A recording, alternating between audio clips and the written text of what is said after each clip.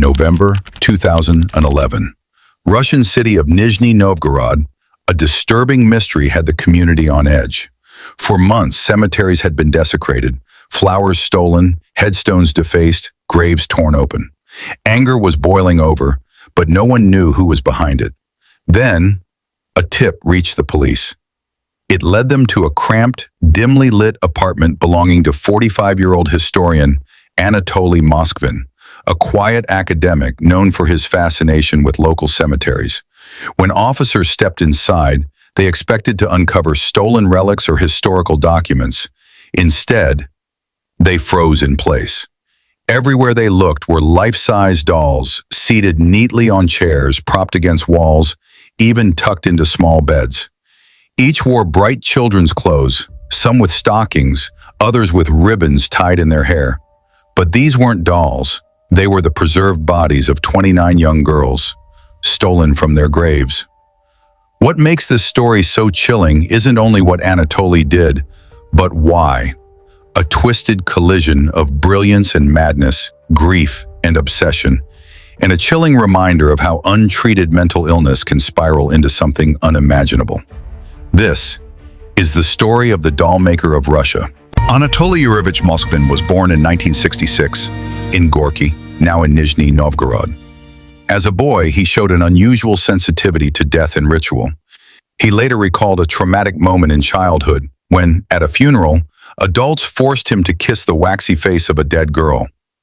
He described feeling helpless and haunted by that experience, a memory he would reference again and again as shaping his relation to death. Moskvin grew into an exceptionally bright student.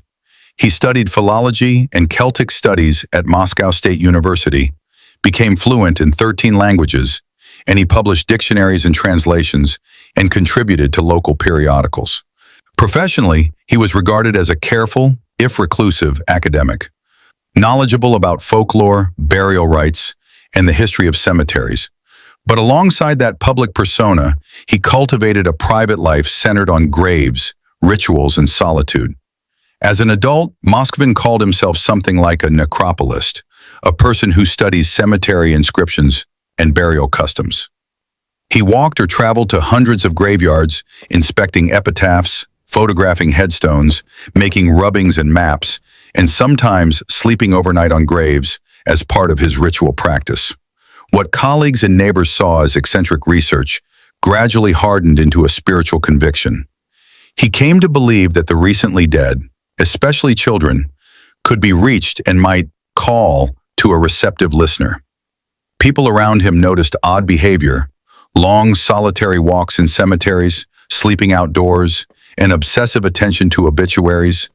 But because he was an educated, nonviolent man, these behaviors were usually dismissed as harmless eccentricity. He was never a public menace. He lived quietly with his elderly parents and wrote articles. This social tolerance would let an escalating pattern go unchecked for years. Around 2003, Moskvin's behavior moved from grave sleeping and documentation to direct action. He began to target very recent graves of girls and young women. He selected plots that he judged lonely or neglected, and under cover of night, exhumed bodies. The reason he later gave, and the explanation he sincerely believed, was that their spirits had asked him to rescue them from the ground. After removing a body, Moskvin used a rudimentary preservation method, drying with salts, commonly reported as salt and baking soda, or similar desiccants, keeping remains in dry, ventilated cache sites until desiccated, and then bringing them into his apartment. To give them a fuller, lifelike form, he stuffed cavities with rags and padding, wrapped limbs in hosiery or cloth, and sometimes used internal supports. To hide decomposition, he fashioned masks, wax or paper mache, inserted glass or button eyes, painted nails, added wigs, and dressed the figures in children's clothing. The result, viewed from a distance, could look like oversized dolls. Inside his flat, the preserved bodies were arranged as household members. Moskvin named many of them, kept birthday cards, photographed them, placed music boxes and toys nearby, set them on sofas and beds, and told investigators that he talked to them and watched cartoons with them.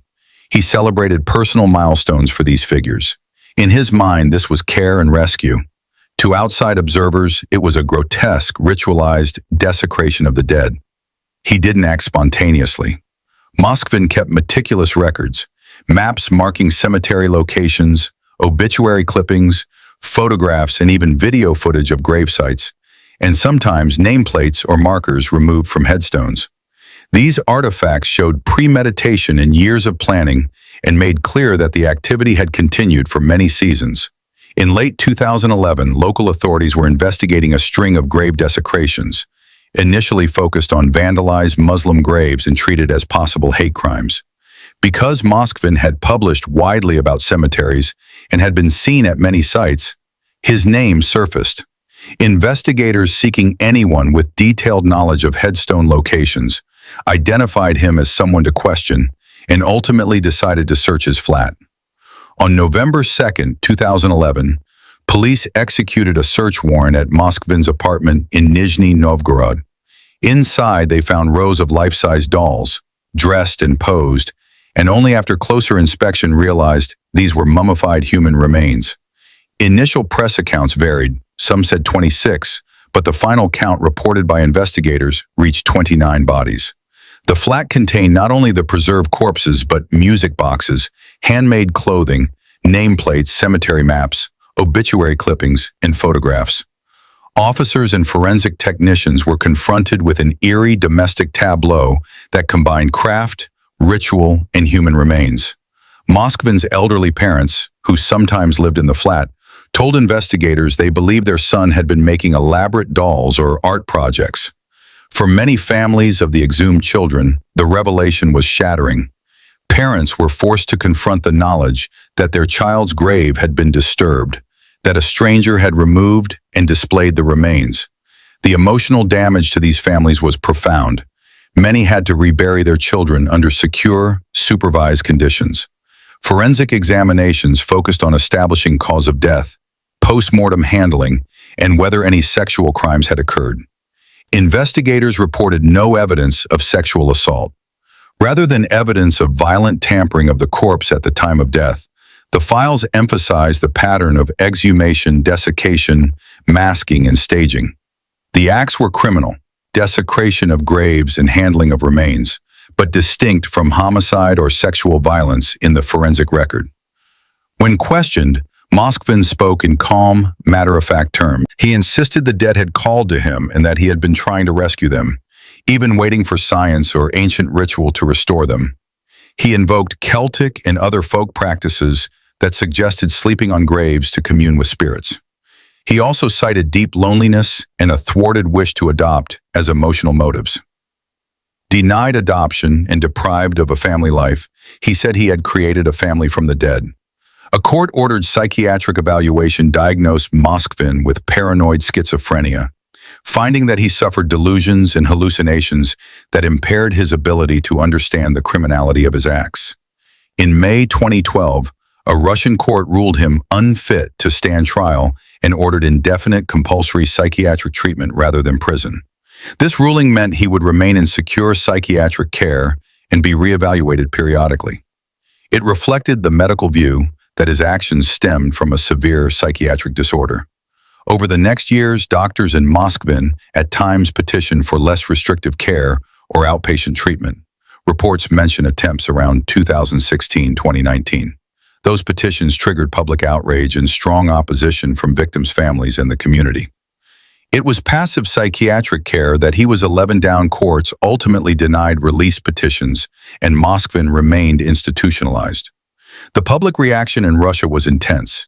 Many found the leniency implicit in psychiatric rather than criminal punishment unacceptable, even while experts insisted that psychiatric care was the legally appropriate response given his diagnosis. Authorities arranged reburials under strict supervision and attempted to provide counseling and support to bereaved families. The state and local community wrestled with how to restore dignity to the victims and how to support grieving relatives who had to reopen decades-old wounds. The case sparked debates on several fronts. Whether Russian law sufficiently penalized grave desecration, whether professionals and neighbors missed clear red flags, how mental health services might better monitor and treat severe cases before they escalate.